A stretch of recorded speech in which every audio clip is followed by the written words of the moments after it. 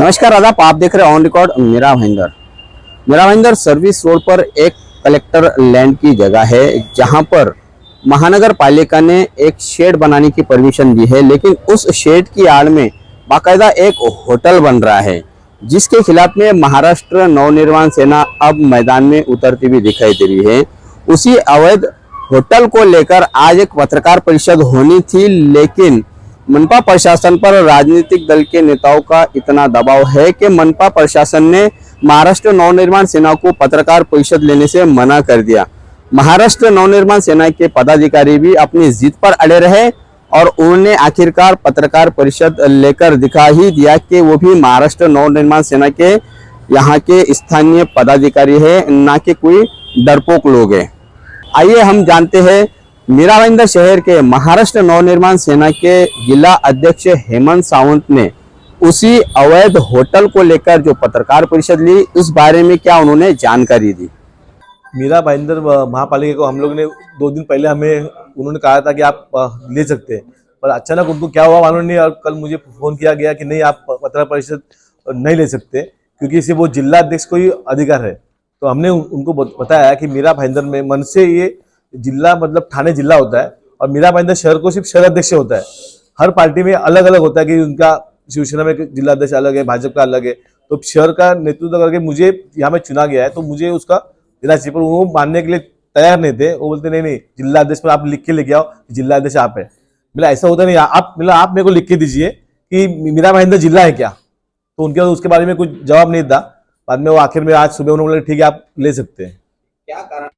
Actually Meera Bhayandar road पे Tunga hospital के बाजू में होटल, पहले को उसका शिव सागर नाम था, अभी कुछ दूसरा नाम रखा गया है। वो जो होटल है उसके सामने बहुत बड़ी एक शेड बांधकाम चालू है। तो इसके लिए हमारे कार्यकर्ता ने 12 तारीख को उस पर एक पत्रवार किया था कि ये यहाँ पे काम चालू है। तो प्रभाग अधिकारी ने उनको बोला कि नहीं, इसको परमिशन दी गई है। तो हमने उसका जवाब मांगा, तब हमको प्रभाग अधिकारी ने एक जवाब के लिए दिया कि आयुक्त की परवानगी से हमें 81 सर्वे नंबर पर शेड बांधने की परवानगी दी गई है। तो हमने 81 नंबर ये सर्वे हमें मालूम था कि ये तो सर्वे नंबर सरकारी है, सरकारी भूखंड पे प्रभाग अधिकारी कैसे क्या दे सकती है शेड। तो हम लोगों ने तलाटी को फोन करके उनको बुला लिया और उनको पत्रव्यवहार करके, तो तलाटी ने वहाँ पे जाके पंचनामा किया। तो पंचनामा में मालूम पड़ा कि ये शेड सरकारी जगह पे बांधी गई है। तो तलाटी ने पंचनामा अपर तहसीलदार को दे दिया। अपर तहसील ने उनके बारे में उनको नोटिस भी दिया, पर वो नोटिस वहाँ पे लिया गया नहीं। और बाद में हमने माहिती, नोटिस भी हमें पास है, आपको मैं दे देता हूँ। और ये अपर तहसीलदार में अभी हमने पूछा कि आपने नोटिस तो दिया है, उससे कार्रवाई क्यों नहीं हो रही है। तो वो बोले कि मुझे किसी का प्रेशर है तो मैं काम नहीं कर पा रहा हूँ। वैसे हमने आयुक्त को भी इस बात में जवाब पूछा और हमने इसके लिए कम से कम 2 पत्र उनको दिए आयुक्त को। तो भी आयुक्त ने कुछ भी इसके बारे में जवाब हम दे नहीं पाए और बार बार वो बोल रहे कि नहीं, किसी का प्रेशर है तो काम नहीं हो पा रहा है। नहीं, अभी हम लोगों ने वहाँ पे जो सोसाइटी है वहाँ से भी हम लोग एक पत्र उनको मिला है कि उन्होंने पुलिस स्टेशन ने उनको परवानगी के लिए अप्लाई किया था। तो उसमें विहंग करके कंपनी का नाम आया गया है, पूर्वेश जी का। तो इनकी शॉप नंबर 1, 2, 3, 19, 20, 21, 22 ये उनकी शॉप है। और यहाँ पे एक रेस्टोरेंट बार के लिए उन्होंने ये मांगी है। तो हमको मालूम पड़ा और बिल्डिंग के हम लोग नोटिस बोर्ड पे भी उनका नाम लिखा हुआ है, उनका कंपनी का, पूरे शॉप का। तो इससे तो हमें लगता है कि उनका ही कुछ इसमें हाथ हो सकता है।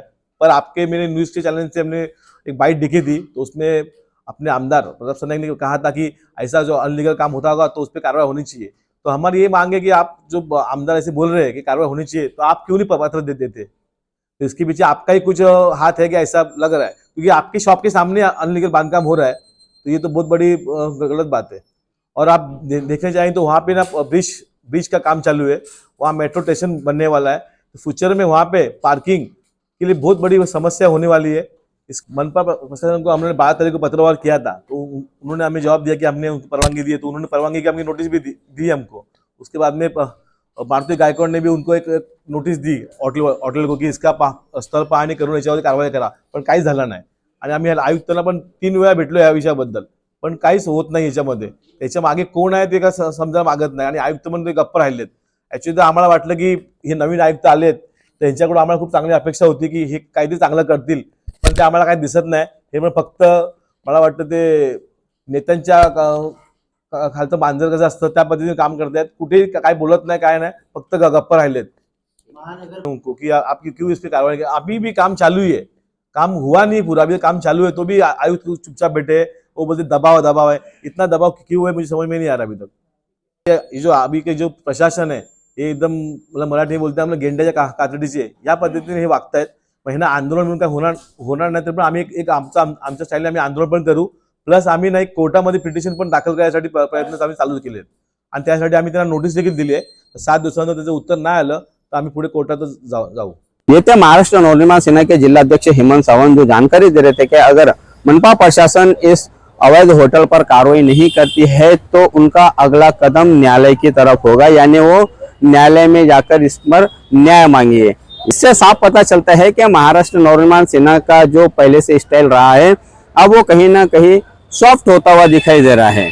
रही बात मनपा प्रशासन के इस पूरे मामले पर चुप्पी साधने की, तो साफ पता चलता है कि एक तरह से जहां पर हमारे मीरा भाईंदर शहर के नागरिकों ने एक अनुमान लगाया था कि शहर को एक IAS ऑफिसर मिला है, एक ईमानदार ऑफिसर मिला है, लेकिन इस पर कार्रवाई न करते हुए ये पता चल रहा है कि ये ऑफिसर भी कहीं ना कहीं राजनीतिक नेता के दबाव में काम कर रहे हैं, उन पर भी काफी सारा तनाव है, इसी के कारण वो इस पूरे मामले पर चुप्पी साधे हुए है। तो यहाँ पर मनपा प्रशासन के अधिकारी और आयुक्त पर आरोप लग रहे हैं कि वो भी दबाव के नीचे काम कर रहे हैं। यही कारण है कि आज वो होटल फलता फूलता हुआ दिखाई दे रहा है, बनता हुआ दिखाई दे रहा है।